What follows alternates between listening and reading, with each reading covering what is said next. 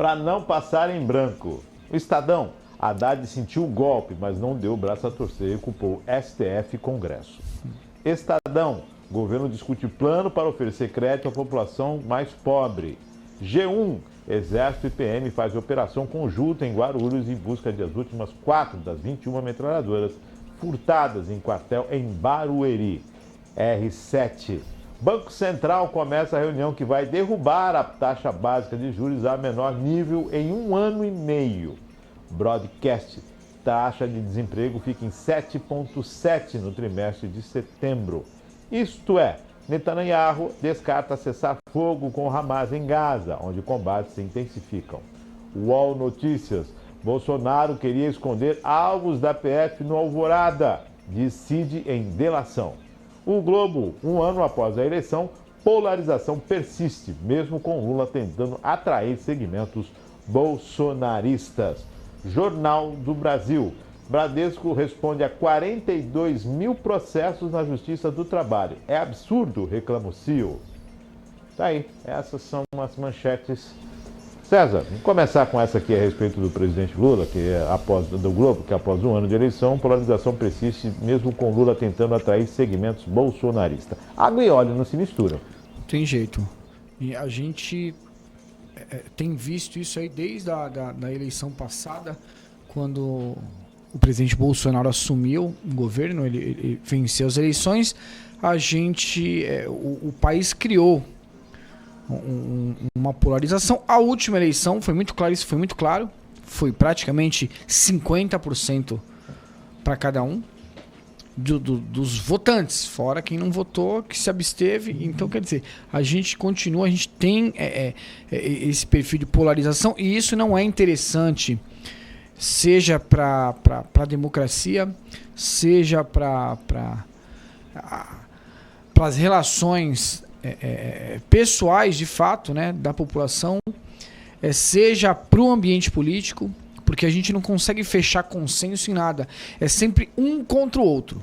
Então, se eu escolho o amarelo, você tem que ficar com o branco. Se eu escolho o céu azul, o outro prefere o céu nublado. Você nunca fecha consenso, porque virou uma guerra de torcida.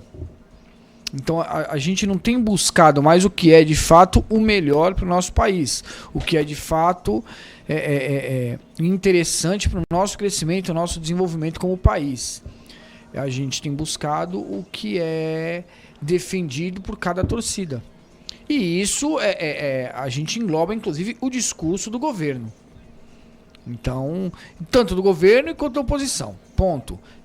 Assim, o discurso de quem deveria estar liderando a harmonia continua sendo de polarização. Então, não tem como o resultado ser diferente. Eu gostei dessa manchete do Globo. Passado 1 ano e a situação ainda... Né? É isso aí. A da Broadcast, taxa de desemprego fica em 7,7 no trimestre até setembro. Quer dizer, setembro, agosto, julho. Sim. 7,7. Quer dizer, é um número alto. Assim, o que pelo menos, dada a condição econômica que a gente tem vivido, assim, a insegurança, o dólar disparando de novo, eu tenho minhas dúvidas se após o anúncio do déficit fiscal, se a entrada em 2024 sem as contas, sem um orçamento equilibrado, se a taxa de juros de fato vai chegar a esse menor nível, como se espera. Como se esperava, ao menos, desde a última reunião do Copom. Então, eu tenho minhas dúvidas. Vamos ver como é que vai ser a reunião. Agora, 7,7 ainda é razoável, tendo em vista toda a situação econômica do país. E essa insegurança. Podia estar pior. Os investidores ainda segurando, porque... aí é que tá. A promessa, desde o início do ano, era de déficit zero e de entrar com um orçamento equilibrado para 24. A gente vai terminar o ano com rombo. E vindo de 22 para 23, a gente tinha um crescimento muito bom, economicamente falando, para o Brasil. Não comparado ao mundo, não tão bom, mas para o Brasil foi um crescimento muito bom. Agora a gente entra em déficit de novo. Então, quer dizer, a gente sai de uma curva crescente... Sai da ascendente para descendente. O que é péssimo, né? Aí chama a atenção aqui a matéria do Estadão, o governo discute plano para oferecer crédito à população mais pobre. Precisa de emprego, crédito é bom, mas o que adianta crédito se não tiver como pagar? Ô Márcio, assim, eu vou além. Tem a questão, claro, que a gente precisa da dignidade, a gente precisa da condição das pessoas terem acesso e não só tomar crédito geralmente elas tomam crédito para pagar dívida, para pagar, e aí você vai continuar tendo dívida. Como a questão é que tá, não só a questão do emprego, mas especialmente o giro econômico, e que isso não acontece. Por quê? A gente está com a economia aí de novo, câmbio em alta, insegurança fiscal, o presidente deixando claro que não vai mexer em investimentos, mexer em despesas, quer dizer, não vai, o equilíbrio que o ministro defendeu e queria tanto, o próprio presidente falou que não vai haver. Então, economicamente fica difícil o mercado dar condição de mais vantajosidade para a população consumir produtos, serviços. E aí, por mais que você tome crédito e queira crescer de alguma forma, você vai ter mais dificuldade. Porque todo investimento fica mais difícil, fica mais caro, fica mais menos seguro. Então, o giro econômico é comprometido. Então, eu acho que se a gente não tiver uma decisão, primeiro, combinada, assim, eu já falei isso em alguns outros momentos, repito, a impressão que eu tenho é que o governo não trabalha junto, não está no mesmo lugar. A impressão que dá é que, tá um na China, o outro na Arábia Saudita, o outro aqui no Chile, aí tem um que está no Brasil, porque não há um sincronismo nas falas, nas decisões, não há planejamento de governo. Não há diálogo, né? Não há a engrenagem não tá encaixada, Márcio, porque não há... Aí é que tá, a gente tem um ministro defendendo, desde que o projeto do arcabouço foi para votação, não, equilíbrio, é déficit de zero, já estamos trabalhando, está tudo alinhado, ministro do planejamento, a mesma coisa. Aí o presidente vai lá e pá, não vai haver corte, o déficit de zero é praticamente impossível. Pô, então peraí. Ou alguém está enganado, ou alguém está mentindo, ou de fato não há planejamento, não há conversa, não há ajuste entre os próprios governistas. Combina com os russos, né? Então. Combina com os russos. Não é a gente ri, mas não dá pra fazer. Não tem. É assim, e você percebe que toda a ação tem sido... Assim, a impressão que nos passa, pode ser que eu esteja enganado, pode ser que realmente o planejado saiu fora do que estava valendo, mas a impressão que tem é que cada decisão que acontece para apagar incêndio e não de forma organizada, planejada. É como se você estivesse navegando por águas que você não conhece e você não tem um mapeamento disso. Então você vai enfrentando de acordo com cada obstáculo que vai aparecendo. E não é bem assim que a gente quer que o Brasil seja navegado, né?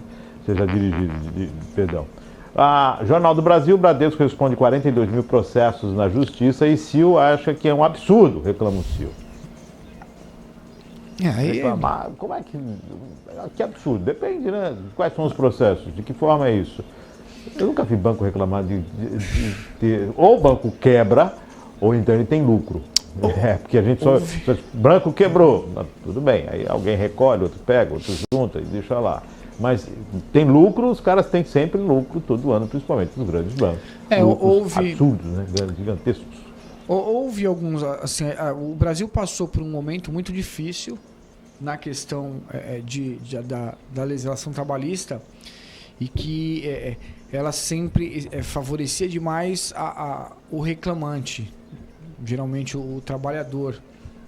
E houve um ajuste, porque muitas reclamações dessas eram infundadas e tal. E com esse ajuste, assim, o custo para o reclamante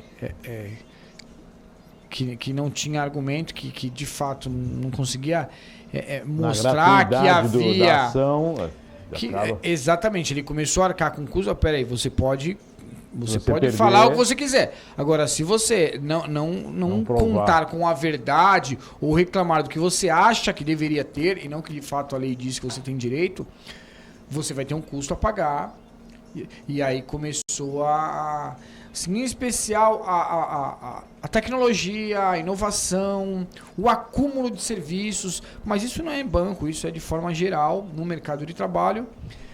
Faz com que o Brasil precise de uma reforma trabalhista muito ampla para organizar direito essa questão, trabalho híbrido, jornada de trabalho, a tecnologia, o lance de responder e-mail, responder WhatsApp, fora da hora de serviço. Então a gente precisa modernizar a legislação, o regramento, assim como modernizou a operação. E, de fato, muitas reclamações vão acabar ocorrendo porque a gente ainda não conseguiu alinhar como, na prática, tem necessidade de operacionalizar as atividades e o que está escrito em lei, o que está como a regra. Entendo que muita gente também reclama, assim como muito trabalhador também reclama do acúmulo de serviço, enfim. E assim, banco também é pressão 100%, né? Sim. Pressão o tempo todo.